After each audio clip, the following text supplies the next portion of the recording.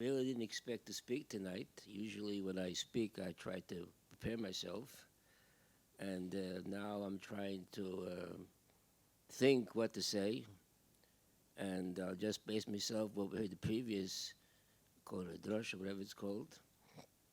And last time we had a meeting, I think we were dealing with the issue from the community, from the to get Netzigim, to get different you know people to come get together to unite. And he mentioned before also, Rabbi Brain, Talmid Chacham B'Mishon Beilam. What does that mean? The Chassam Sefer speaks about it. Today, Ma'abishon Beilam, is a big, very statement. Then we wouldn't need a parliament, we wouldn't need the UN, and we just take Filu Talmid Chachamim, they stand over here, and they make drushes, and everything will be calm, okay? Well, it's very good said, but the question is it practical? Anyway, I'll tell you what for the Chassam Sefer. And again, I didn't prepare myself. Whatever I say, if I make a mistake, you'll have to correct me or don't correct me. It doesn't make a difference. The main thing is what I want to bring out over here, that when you say Talmid Chacham Ma'amishon Beilam, it means, he says like this, in the entire world, you cannot have a peaceful world until Mashiach will come. I doubt it, how far we're going to go. The same in the Shavuos people, everybody has this way of thinking, everybody is a genius, and everybody is educated, and everybody knows everything, and everybody thinks he knows everything, and the more they know, the less the less they don't know. I mean, that to thought about, I'll tell you something. I don't know if everybody will like what I'm going to say now, but I'll say it anyway. It's not the first time I said something, people didn't like what I said. And so I'm not here to entertain anybody, okay? So whoever doesn't dislike what I'm saying now, okay, so you'll say next time, please don't invite me to the meeting. Anyway, I think the basic thing is dinge von learning Torah, okay? It needs Talmid Chacham B'Mishon Beilam. We have in the Gemara, there's Milchamas Hashem. You have some Mefarshim on the Gemara. It's called Milchamas Hashem. There is a Milchama. The war is in Torah also. Whoever says, if you learn Gemara, everybody's fighting around. Yeah, like the Gemara, it goes the joke to say that how come the Gemara says my Tama the Tanakama? There's two Tanoim in the Mishnah says, one says like this, one says the other way. How come they always ask you, what's the reason for the first guy? What about the second guy? She says, why the second guy says different? Because it has difference to the first guy. Why the second guy is saying something, or excuse me, not guy, the second one that's saying something, why is he saying it? Well, because the first guy is saying something else. So therefore, that's the question, why on the second guy, why are you saying it? Because he has to say faket, or to say, but why, how come the first one said whatever you're saying? Okay, what I want to bring out over here, when you see two people sit down and learn, okay, let me take an example. They're sitting down to learn Gemara and have questions, back and forth, and they start arguing why he said this, why he said that, and it looks weird, to say, it's a person coming from the outside, and he's fighting what he said and what he said. What's different what he said, what he thought about? That is Milchamas Hashem. When people are involved with learning Torah, okay? Which I mean, Torah means just not saying chitas. Because generally speaking, I think the chitas is read, it's said, it's not learned. Mele Tilim, you say it. Chumash Rashi, he knows already. The only thing that he doesn't know the Tanya, so he says noch poverta, yeah? That's not this chitas is normal, just like you say Tilims, he says, unfortunately he says Chumash, and he says Tanya, which is not the right thing. But when you're talking about a person sits down with somebody else and he sits and learns, he wants to understand what does Rashi saying, what does Taisa saying, and he's fighting around. That is a milchama. It's a war. As long as Yidden, the whole world, the search from the world is based on Yidden. The Eibishter created the world with Torah. Without Torah, the way we wouldn't create the world. So in other words, it has to be that people are occupied with Torah and learning and getting involved with Torah and screaming in Torah posted. We come to the Beis Medrash. They once invited somebody to come into the Beis Medrash. I don't know if it was a non-Jewish person, whatever he was. And he goes in, he says, it's noisy, it's crowded, and they're shouting. What are these crazy people over here? He's like this, he goes like this, he's fighting. What's happening over here? What are they reading over there that they're fighting about? The guy's asking questions. I think it was the Baram Prague. So he asked the Baram Prague, what's happening over here? She says, you know what? Let's go in the seventh place. I think it was non-Jew. And it was the gathering from non-Jewish people. And they were talking and nicely. They went into Chas v'Shalom. They go into a theater, let's say. Or they go into Havdalah in a church. In a library. Oh, that's a good example. A library. So quiet. They're studying. They're reading books, back and forth, take another book, next book, finish this book, and the next book. Why so quiet? Why so noisy? Are these people crazy? These are normal? What's happening over here? The answer is because Torah is fire. It has to get, you have to actually get part of it. It becomes part of you. So therefore, you like Torah, if you don't understand it, it bothers you. The Rebbe wants to buy Verbrengen, the person doesn't understand the Tosfos, it shouldn't be able to sleep. Okay? That would Torah means that it becomes part of it. It's not you go into a library, you take out a book, Shakespeare, or somebody else, then you take it out. It's crazy essays, what is there to see? Narishkeiten. Stupidities. And when it's even go further, not sneersdicke things also are existing over there. Okay? And ask how come I know, but I get into that. Okay? But it comes out that when you learn, you go to a library, it maybe it's knowledgeable. But it's only part of your mind, it's not part of your heart. You're not living in that.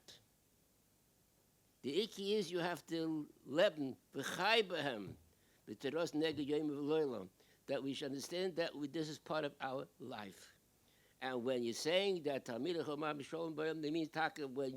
Torah will come so strong in the world, that the whole argument and fight will be only learning Torah, then there'll be peace in the world automatically. Because the God said Torah, the world, Eibishter created the world for the sake of Kabbalah Torah. So the problem is that we should see to it that the Kabbalah Torah that we accepted, Matan Torah, that we should change, that we are living a normal life, that we understand what it means to live and to understand how to live and help people to succeed in life. But you don't do that, when it's missing in that, then you have, called in Chassidus, Yedikas HaChatzonim. Unfortunately, we're living in an era of exposure. Unfortunately, we know we have difficulty in chinuch of our children. They're exposed to the world, which is milchama of the Yetzer Hara. And in olden days, people were careful that the children shouldn't mingle outside of the house, remain in home as much as possible, or yeshivas. Today, you can't hide anything. Everybody has this little Avodah Zarah in his pocket and can take it out when he wants it. And that's a very, very dangerous situation, unfortunately. And that's why if we could actually direct and have the power to institute that children that grow up should learn, and they all should see that the parents, the fathers are learning. When you, for example, I once told somebody, there's a Shabbos table. Yes, the children are there, the father's there, the mom is there. What is discussed by the Shabbos table? They're discussing about this rabbi said a speech, he didn't like what he's saying, and he's saying about somebody else that doesn't know what he's talking about, and very nice. Is that education for the children? No, it doesn't matter. When at the table discuss something politically, put it that way, and undermining a certain covet of the own Rav, or any Rav, or any Talmud Chochem, and so further, then you're endangering the children. You're giving or undermining this respect for Torah. The children have to see that it doesn't matter that you have something against individual Rav, whatever may be you have an experience in a din Torah, like you mentioned, Rabbi Brain before. I know what it means to have a din Torah. That's why Rabbonim that deal with din Torah have unpleasant situation with people. Let me tell you something. In the olden days, there was a Rav in the city. There was only one Rav. If he needed din Torah, so he got two Talmidei Chacham next to him. But actually, what normally they would do, they would pick 3 dayanim that the Rav is just overseas, and he's not deal with it. Why? Because when there's 3 dayanim in Paskin dinim, and they have din Torahs, so one comes out, or both come out, they don't like you. You didn't get enough money, or you took too much money. Whatever you say is no good. It's teugnish, yeah? So you got yourself a seiner. Now, if you sit years, as we had sit, beginning of our bonus, we didn't get too many pleasant people. You couldn't get somebody to say good Shabbos or whatever it is, and you come into the base medrash and say, why'd you pass like this? And we shout out in the middle of the base medrash, well, I don't know what it is. That's not Melchomas Hashem, okay? So therefore, what I'm trying to bring out of here, that our children has to be educated and imply they understand that that a Rav or Talmud Chochem, person that sister learns, is something that you have to respect. And that's why by table of Shabbos table, the father or the mother or elderly sister or brother should say a Dvar Torah that they saw its importance. Anyway, I think we're getting off the subject. What I want to emphasize was just one thing again, that if we actually invest the time that we're trying to build the community, at the same time we have to invest time to build the enjoyment for learning Torah. And that is when the people themselves are learning Torah. So when the children see that the father, the Zayda are learning, they come, they discuss it by the table, then they have a love for Torah.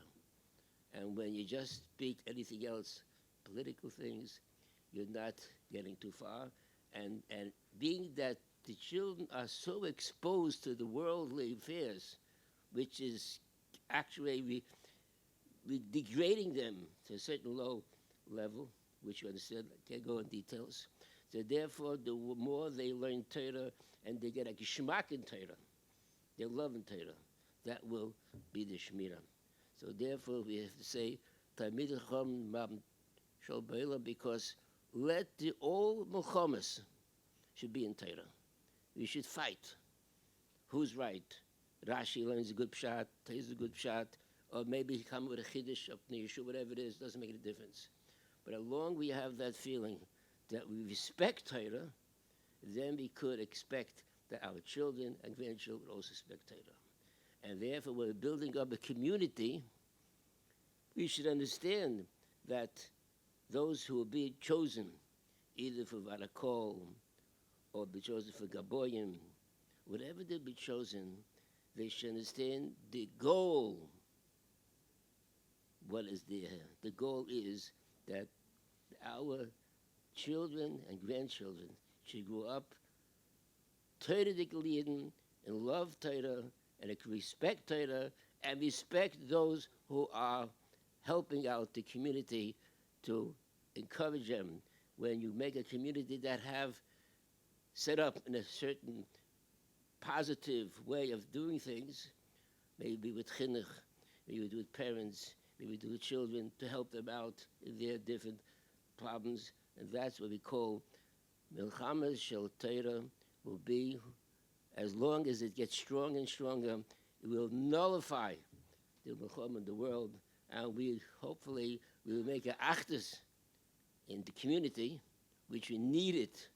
And we see where we're standing at this moment, which is very, I would say, challenging, and is very bad for the children's, the way they hear what's happening over here. And we should be zecher to the Gula Shlema, Aydei Mashiach Tzidkenu, B'Rabbeinu B'Rashenu.